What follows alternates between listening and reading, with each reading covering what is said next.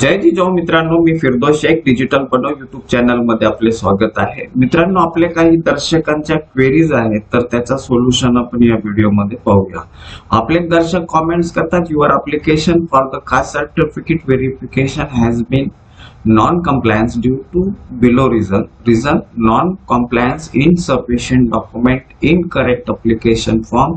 Sir, मी गाव नमुना 14 दिला होता तर कमिटीने ऍप्लिकेशन रिजेक्ट केला आणि अहवाल सादर करायला सांगितलं, तर अहवाल सादर केल्यानंतर कास्ट व्हॅलिडिटी मिळेल का?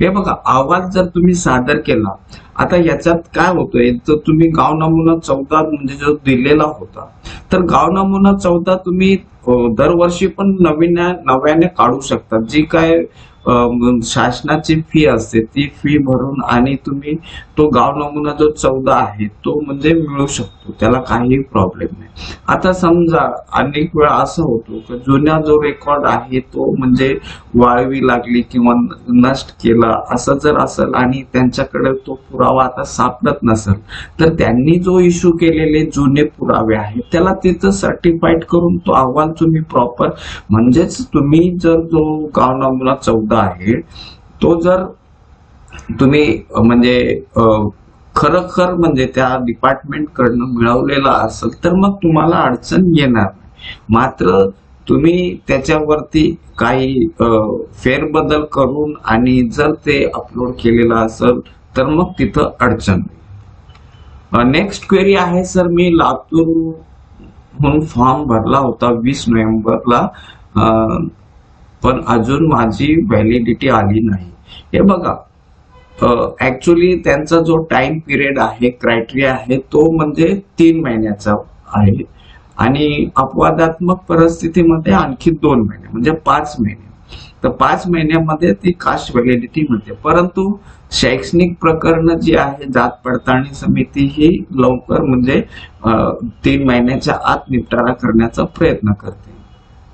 आणि दुसरी गोष्ट, समितीला हे पण माहित असते कोणाचे कॅप राउंड जवळ आलेले आहेत, कोणाला जास्त गरज आहे, तर अशी प्रकरणं पण कास्ट व्हॅलिडिटी ही लवकर काढण्याचा प्रयत्न करते।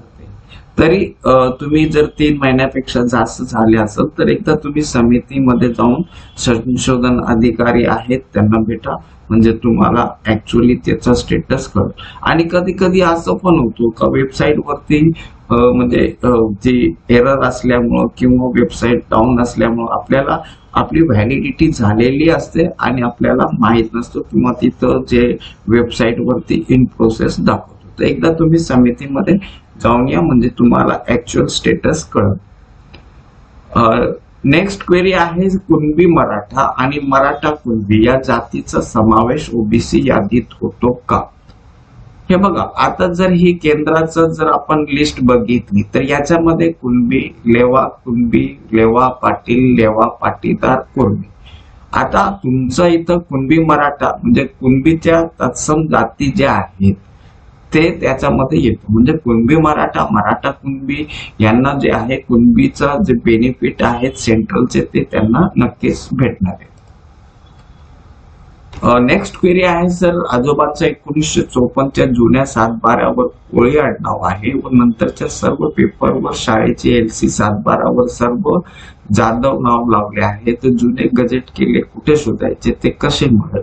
हे बघा, पूर्वीचे जे गजेट होते ते म्हणजे ऑनलाईन होते, त्याच्यामुळे ते शोधणं म्हणजे फार कठीण आहे। आणि तिकडं डिपार्टमेंट मध्ये पण तुम्ही जर पहिले मुंबईला तो डिपार्टमेंट होता तर अवघडच आहे।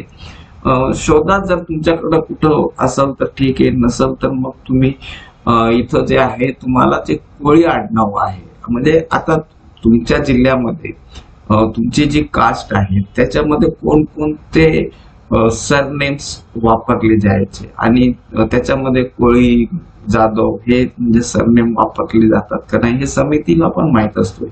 आणि त्या अनुषंगाने जर तुमचं म्हणजे कोळी आणि जाधव हे तुमच्या जातीमध्ये त्या जिल्ह्यासाठी वापरत असतील तर मग तिथं समितीला सांगा, त्यांना कन्व्हिन्स करा काय पूर्वी आमचे जे पूर्वज होते ते कोळी लावायचे, आता जे आहेत आम्ही इथं जाधव लावतो, तर त्या तुम्ही काही डॉक्युमेंट्स तुमचे महसुली पुरावे, शैक्षणिक पुरावे हे तुम्ही तिथं सिद्ध करण्याचा, म्हणजे तुमचा जो जातीचा आणि त्या जातीमध्ये वापरले जाणारे आडनाव हे तुम्ही तुमचेच आहेत हे तुम्ही जर तिथं सिद्ध केलं तर मग तुम्हाला काही प्रॉब्लेम येणार नाही.